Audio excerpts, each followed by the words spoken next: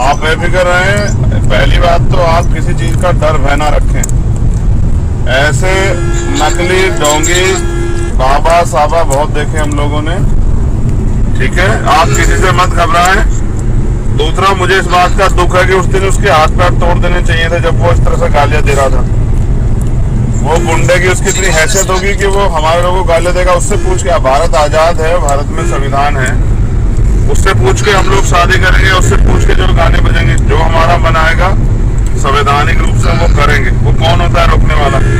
तो आप परेशान ना हो। ये सब लोग आपके पास आए हैं, ये आपको यही बताने आए हैं, आप अकेले नहीं हैं। हम सब लोग आपके पास आते हैं। हमने उनको 48 घंटे का समय दिया पुलिस को कि वो लोग उसको गिरफ्तार करें। अगर वो 48 घंटे में गिरफ्तार नहीं करेंगे तो फिर हम अपनी रणनीति तय करेंगे और छतरपुर आएंगे। उसके इन पाखंडियों के आंख से आंख मिला के वहीं आके बात करेंगे, इनसे पूछेंगे ये कौन है हमारे लोगों को मारपीट करने वाले, गाली देने वाले। आज के बाद कभी वो जो है वो पाखंडी नशेड़ी आज के बाद आपको दिखाई नहीं देगा। आप चिंता मत करना।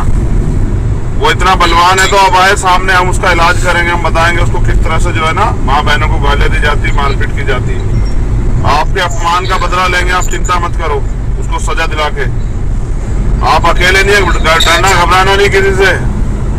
सारी लड़ाई हम लड़ेंगे, आप चिंता मत करो, ठीक है। आप देखना वो आपके पैरों में पड़ के नाक रगड़ के जो है माफी मांगा आपसे, और उसको सजा भी होगी। आप चिंता मत करो, ठीक है।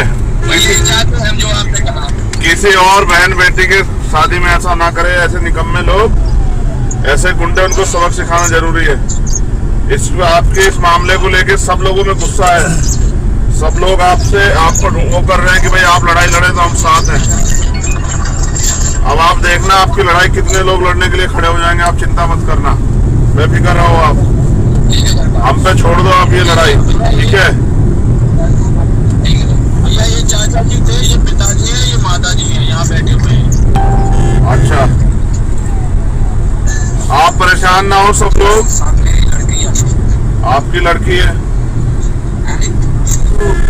आप परेशान ना हो।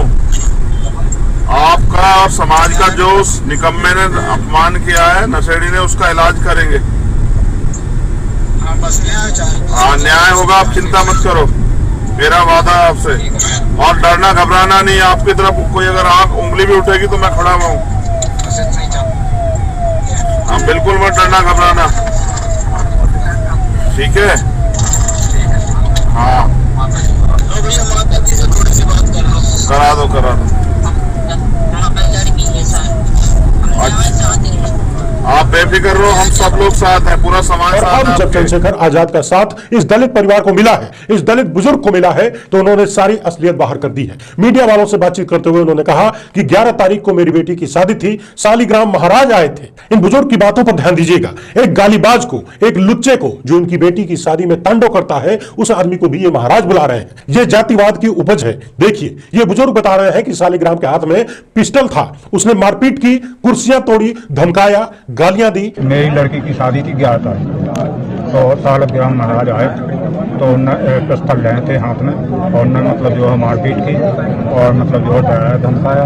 कई लोगों को मतलब जो है तोड़ दिया, और कुर्सियां भी तोड़ी। जब इस बुजुर्ग से पूछा गया कि आपने क्यों कहा कि शालिग्राम के हाथ में असलाहा नहीं बल्कि टॉर्च था, इस पर दलित बुजुर्ग ने जवाब दिया कि उस वक्त मेरे साथ कोई नहीं था, मैं अकेला था, मेरे ऊपर दबाव था, मैं डरा हुआ था, इसीलिए मुझसे जो कहा गया मैंने वही कह दिया। इतना ही नहीं, इस बुजुर्ग ने यह भी बताया कि धीरेन्द्र कृष्ण शास्त्री ने इन्हें अपने पास बुलाया और धमकाया, इन पर दबाव बनाया कि जैसा मैं कहता हूं मीडिया के सामने वैसा ही बयान दे दो। तो मुझे दबाव था, इसलिए मतलब जो है अकेला आदमी क्या करेगा। अगर मैं, जब मेरे साथ में कोई नहीं होगा तो वो तो डर के मार मतलब जो यही बोलेगा था।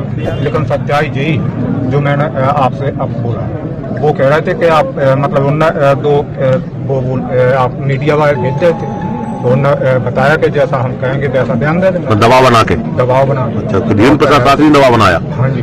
तो हमने मतलब जो साहब वैसे ही बोल दिया। अभी आप क्या चाहते हैं? अब हम तो साथ में आए चाहते हैं। वाह क्या बात है। इस बुजुर्ग की बातों में कई सारी चीजें छुपी हुई हैं। पहली तो ये कि जिसकी बेटी की बारात में एक गुंडा टाइप का आदमी सरेआम गाली गलौज करता है, कुर्सियां तोड़ता है, लोगों को धमकाता है, गरियाता है, उसके लिए भी ये दलित महाराज शब्द का उपयोग कर रहे हैं। दूसरी बात, छोटे भाई ने जो किया वो तो कर ही दिया, बजाय इसके कि उसके कर्मों के लिए माफी मांगी जाए, उस पर डांट फटकार लगाई जाए, उसे उसके कर्मों की सजा दिलवाने की मांग की जाए, पीड़ित को ही धमकाया जा रहा है। और यह धमकी वो दे रहा है जो दुनिया के कल्याण की बात करता है, जो हिंदुत्व का नारा ठोकता है, जो भारत को हिंदू राष्ट्र का बनाने की वकालत करता है और दम भरता है कि बनाकर छोड़ूंगा। वो आदमी इस देश के एक दलित बुजुर्ग को धमका रहा है, उनसे गलत बयानी करवा रहा है। क्या इस सब के बावजूद भी इस व्यक्ति पर कोई कार्रवाई नहीं होनी चाहिए? क्या हमारे देश की पुलिस, हमारा कानून, हमारे देश का संविधान इतना कमजोर हो चुका है? सब कुछ राजनीति के सामने नतमस्तक हो चुका है? क्या वोट की राजनीति इतनी महत्वपूर्ण हो चुकी है कि किसी के साथ भी कुछ भी हो जाए, वोट बने रहना चाहिए?